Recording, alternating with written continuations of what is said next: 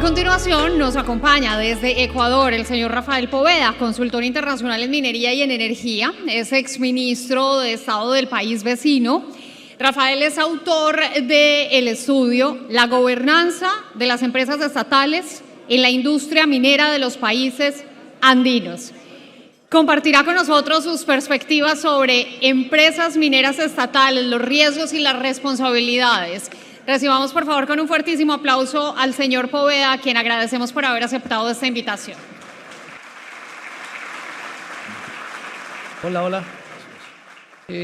Bueno, muy buenas tardes con todos y con todas. Primero, gracias por la invitación, especialmente a Juan Camilo, Ana María, muchas gracias por la invitación. Vamos a hablar ahora de un tema, bueno, quedó el ambiente un poco subido, así que ahora vamos a ponerle un poquito más de pausa. Un saludo también, bueno, a las autoridades del Senado, del Congreso, del Gobierno también, que entiendo están acá.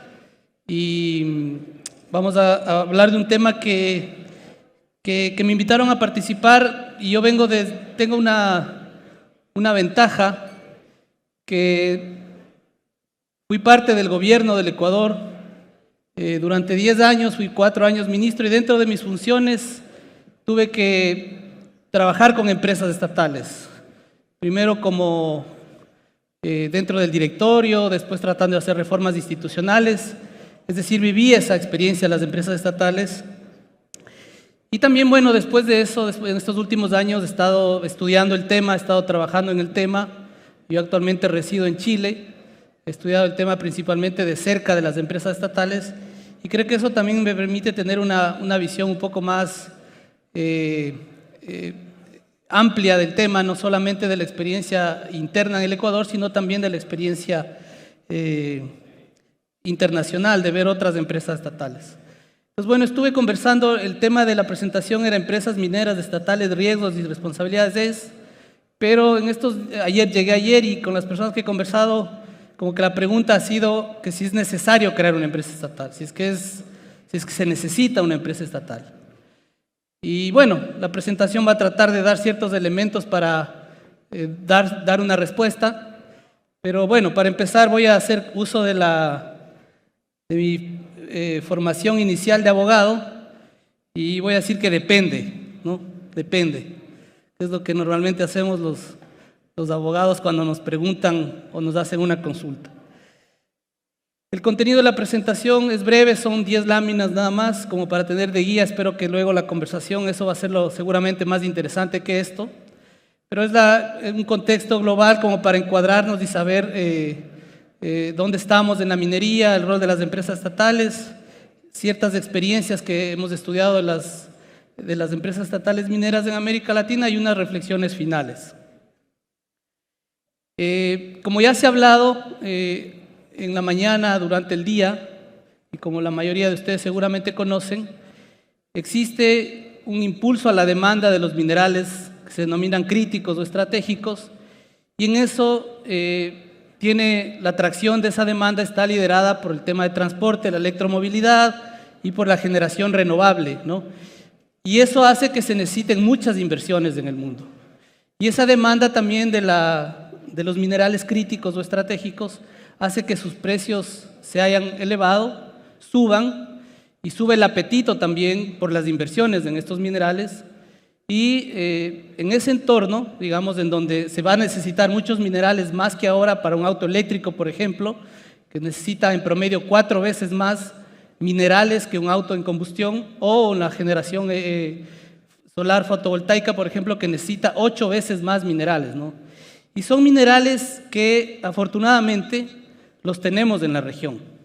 Estos son datos de la CEPAL, y en los minerales que se necesitan ahora, estos minerales estratégicos, críticos, los tenemos en la región. Y tenemos como el litio, el cobre, el cobalto, el manganeso, el níquel, y muchos de los países de la región como Chile, Perú, Brasil, México, Cuba, son líderes tanto en reservas como en producción de estos minerales. Entonces eso hace que también la región sea muy atractiva para invertir y buscar más de estos minerales que se necesitan para sostener estos procesos de transformación energética que estamos viviendo en el mundo.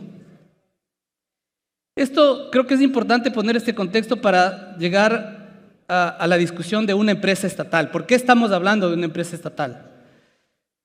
La minería, la gobernanza de la minería también creo que es importante dar estos elementos antes de entrar de lleno al tema. Necesita o se incide por dos grupos de factores. Yo los he agrupado en factores internos o externos. Los externos son temas estructurales de la industria, que seguramente ustedes conocen, pero que es bueno repasarlos, son temas que no dependen de nosotros, no dependen de Colombia, no dependen del Ecuador, no dependen de nosotros si somos gobierno, o de nosotros como Congreso, o de nosotros como empresas, sino que son estructurales, ¿no? Y ahí están justamente esa variación de precios y que ahora están generalmente hacia el alza, ¿no? Por la demanda. Dependen de los ciclos económicos que tiene el mundo, de las crisis. Dependemos de mucho capital. Es una inversión, es en su sector altamente fuerte en necesidades de capital y de mucho riesgo el sector minero, ¿no? Son estructuras de la industria. Tenemos dependencia tecnológica que lastimosamente no se desarrolla en nuestra región, sino en otros países. Y es una industria, un sector que está en general en el mundo. Hay las empresas multinacionales, grandes conglomerados empresariales que son las que hacen la mayoría de la inversión extranjera directa que se necesita para la minería. Es decir, así es la estructura. Esto no es un juicio de valor, es simplemente una descripción de cómo es la estructura, ¿no? Y tenemos las regulaciones que se trasladan de un país a otro, estándares, normas comerciales y que dependen y que hacen que así sea la industria, ¿no? Y en cuanto a factores internos que sí dependen de cada país, tenemos, bueno, lo que hablamos hace un momento, la existencia o no de reservas, tenemos o no minerales. De la información que tenemos hasta el momento, en toda la región existe una riqueza mineral importante, en unos países más que en otros y con unos minerales más que en otros. La competitividad sistémica, que es algo de lo que se ha hablado aquí en la mañana, de la certeza jurídica, de la estabilidad, de la infraestructura que tiene el país, las capacidades institucionales, es decir, somos nosotros un país minero, tenemos capacidades dentro del Estado, por ejemplo, para fiscalizar, para controlar, para plantear una reforma, para plantear una regulación, para entender el sector. Y les hablo de esto porque nos pasó en el Ecuador cuando nosotros fuimos gobierno. El Ecuador es un país petrolero, o ha sido tradicionalmente un país petrolero, un país agrícola, entonces hay muchas capacidades en eso, hay mucho desarrollo incluso de innovación, de capacidades comerciales, de gestión, pero el país minero no hemos sido tradicionalmente. Entonces había mucha falta de esas capacidades, había mucha asimetría, mucho desconocimiento, y era importante tener esas capacidades y ese conocimiento.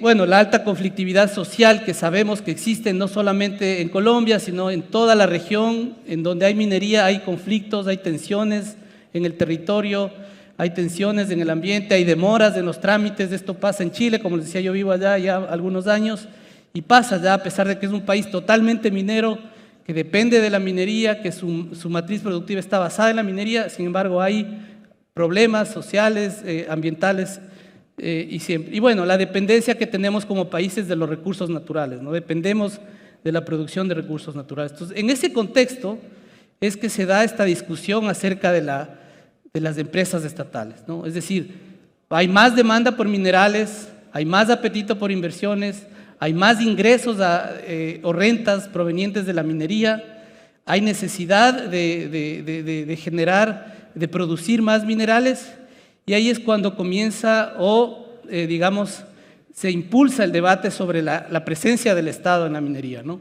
Y esto es algo que está pasando en algunos países, ha pasado ya, está pasando en Chile. El presidente Boric, por ejemplo, una de sus propuestas es la Estrategia Nacional de Litio, y dentro de esa Estrategia Nacional de Litio es la creación de una empresa nacional de litio. Fue parte de su propuesta, es un plan que se presentó hace más de un año, pero todavía no se ha presentado el proyecto de ley al Congreso, es decir, eso va retrasado, no ha tomado el impulso que se esperaba la idea de crear una empresa nacional de litio.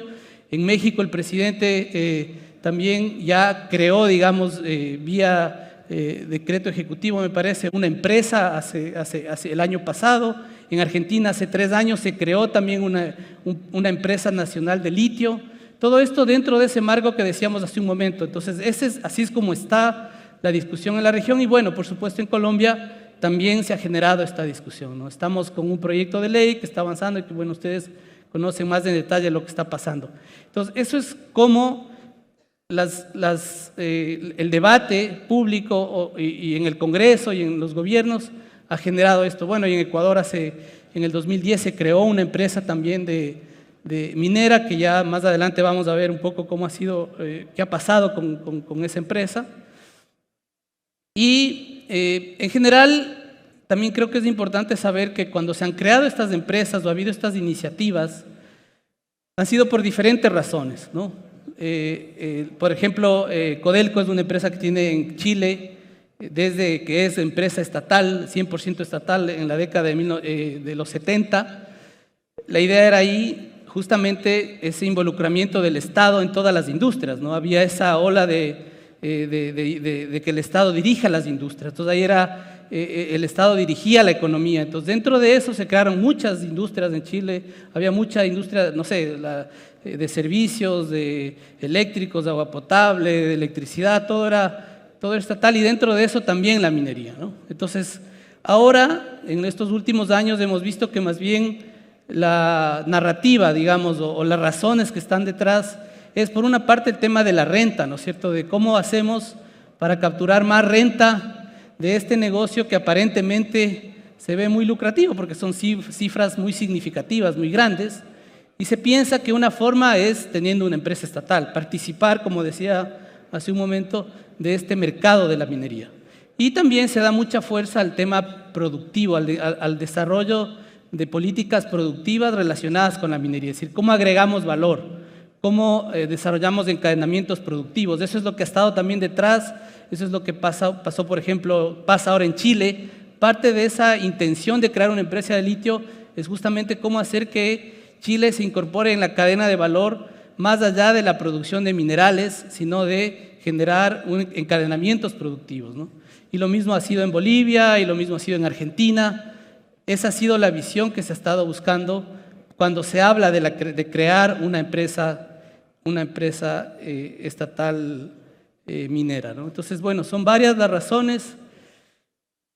Y aquí, esta es una información de un estudio que hice en algún momento, hace un par de años para la CEPAL, donde se vieron qué está pasando, cómo están organizadas, cómo están funcionando las empresas estatales mineras en la región. Bueno, lo que menos se ve es lo que quería que se vea, que es lo que está ahí como en rojo, pero básicamente es lo que quería destacar, que era, los modelos son heterogéneos, ¿no? Son muy distintos de cómo se han organizado las empresas estatales. Les decía cómo partieron, cómo iniciaron también las empresas estatales. Y, por ejemplo, temas a resaltar, ¿no es cierto?, que sería como comentarles. Por ejemplo, en el caso de Chile, ahí hay una paradoja, a pesar de que la Constitución de 1980, que todavía rige en Chile, es una Constitución que no hace énfasis y más bien trata de alejar al Estado de la actividad empresarial, es decir, no regula para nada el tema. A pesar de eso, en Chile hay 2 empresas estatales mineras, ¿no? Es decir, la Constitución no regula o rehúye un poco el tema y lo hace. En cambio, en países como Bolivia y Ecuador hay mucha regulación desde la Constitución misma de la importancia del Estado en la actividad empresarial, y en este caso minera, o de sectores estratégicos como la minería. Y existen también estas empresas que no han tenido, bueno, los desempeños esperados, como vamos a ver un poco más adelante, pero que fueron parte justamente de procesos también y que nacieron de procesos constitucionales, en el caso de Ecuador y Bolivia, ¿no? De dar esa fuerza al Estado en la participación empresarial. Hay normas que regulan, bueno, el régimen laboral, el régimen impositivo, y hay diferentes modelos que han adoptado los países. Aquí creo que lo importante sería señalar que, por ejemplo, así viendo en general, la única empresa de estas que genera utilidades o renta para el Estado, que es una de las razones que se piensa que puede ser para crear una empresa, es Codelco. Es la única empresa que genera utilidades. Ninguna de las otras empresas generan excedentes. Todas reciben recursos del Estado, todas reciben aportaciones del Estado, pero ninguna genera excedentes. Entonces, esa es una diferencia importante. Otro tema también que creo que es importante resaltar es que, en general, las empresas tratan de tener un régimen común con el sector privado. Sin embargo, no siempre es así. Por ejemplo, en el caso de Chile, nuevamente, paradójicamente, la única empresa estatal que tenía la única empresa minera que tenía una regalía, porque en Chile hasta hace un año no existía la regalía ad valorem, ¿no es cierto?, sino solamente impuestos a la minería especiales, era Codelco. Codelco sigue teniendo una regalía del 10% de sus ventas a favor de las Fuerzas Armadas. Tal vez el origen de esa norma en su momento fue, y tal vez fue lo que permitió que en Chile, en donde hubo una fuerte ola de privatizaciones, no se privatice Codelco, ¿no? Precisamente hay quienes dicen eso, que efectivamente no se lo hizo porque había un presupuesto especial destinado de Codelco a las Fuerzas Armadas a través de esta regalía. En otro tema que es importante y que a veces, tal vez para ustedes como Colombia creo que tienen más experiencia en esto, pero que para nosotros fue nuevo en el Ecuador, es el tema del gobierno corporativo de las empresas estatales. Acá tienen la experiencia de Ecopetrol, la experiencia de ISA, que entiendo que tienen sistemas de gobierno corporativo modernos, seguramente tienen sus fallas, pero son, digamos, de cómo se debería tener un gobierno corporativo de una empresa estatal, ¿no? Entonces, en el caso aquí creo que hay que resaltar, yo también hice un estudio para la Universidad Católica sobre Codelco, en donde se vio cómo evolucionó el gobierno corporativo de Codelco. Y claro, un hecho importante fue justamente la ley de gobierno corporativo, en donde se logra esa separación entre los ciclos políticos y la gestión de la empresa, donde se logra no una autonomía total, pero una separación al menos de los ciclos políticos, se le da más independencia al directorio, se le profesionaliza más a la administración, se logra, digamos, ese desacople y se logra también normas de mayor transparencia en temas de estados financieros, de reportes de sustentabilidad y demás. Es decir, eso fue una norma muy importante dentro de Chile y en este caso para Codelco. Pero tenemos otra empresa como la ENAMI en Chile que no tiene un gobierno corporativo como el de Codelco, en donde está integrado por funcionarios públicos, donde está el ministro de Minería que preside el directorio, donde no tiene, digamos, las normas de rigurosidad y transparencia que tiene Codelco, y en donde es una empresa que no ha tenido y que más bien acumula muchas pérdidas, ¿no? Se discute mucho el tema de la ENAMI porque es una empresa que no tiene utilidades, que genera pérdidas y que sigue arrastrando y acumulando pérdidas durante muchos años. Entonces, estos modelos son así en general, y un tema que es importante aquí resaltar, por ejemplo, en el caso de Bolivia y Ecuador, cuando se revisaron estas empresas, ninguna de las empresas tienen estados financieros auditados, no publican los reportes de gestión, no existe información, es muy difícil hacer una evaluación de cómo avanza la empresa porque esas prácticas no existen. Tal vez acá eso está, como les digo, mejor porque tienen experiencia con estas empresas estatales que relativamente se han manejado bien, ¿no? Hay mucha información sobre este tema, hay muchos temas, pero creo que en honor al tiempo y para ir terminando, en el tema de como para ir cerrando el tema, ¿no? Las empresas estatales, mira, tienen muchos desafíos y también pueden existir oportunidades, ¿no? Como decíamos hace un momento, creo que es importante resaltar uno de los principales desafíos y que pasa en general es el acceso al capital y al financiamiento. Es una industria que requiere de muchos recursos. Como gobierno, normalmente hay restricciones fiscales importantes, no existen suficientes recursos para atender la amplia necesidad que tenemos de recursos como países. Es una industria de mucho riesgo, entonces el Estado asumir ese tipo de inversiones y ese tipo de riesgo es muy difícil que ocurra. Es muy difícil que se puedan comprometer los recursos que necesita el sector minero, que necesita la industria minera desde el Estado, ¿no? Por todas las restricciones fiscales que existen. Bueno, eso creo que es una alarma para mí.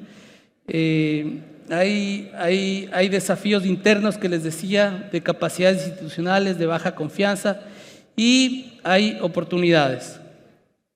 Solo para ir cerrando, creo que es importante resaltar que en general una empresa estatal es parte de un todo dentro de una estrategia de desarrollo de la minería y es un medio y no un fin en sí mismo. Es decir, no debemos pensar como que un objetivo de política pública es tener una empresa estatal. El objetivo es desarrollar la minería y ver si que dentro de esa estrategia de desarrollo minero y productivo una empresa estatal es necesaria y puede adaptarse dentro de la institucionalidad del país, ¿no? El enfoque estratégico es decir, ¿para qué? ¿Para qué quiero una empresa estatal? ¿Quiero para ayudar a fomentar la pequeña minería? ¿Quiero para ayudar a regularizar a los pequeños mineros o artesanales? ¿O quiero hacer gran minería o quiero hacer solo exploración? ¿Para qué? Porque hacer todo a la vez me parece un error. Es decir, una empresa minera no puede tener todos esos conceptos, ¿no? En el caso de Chile, por ejemplo, Codelco se dedica al cobre. Tenemos la ENAMI, que es de fomento a la pequeña minería. Es decir, tratar de hacer o mezclar. Entonces, una pregunta importante es ¿para qué quiere una empresa minera? Creo que las empresas privadas y asociaciones público-privadas pueden viabilizar las inversiones, los procesos de transferencia tecnológica y la generación de capacidades domésticas. Tal vez es una mejor forma de lograrlo.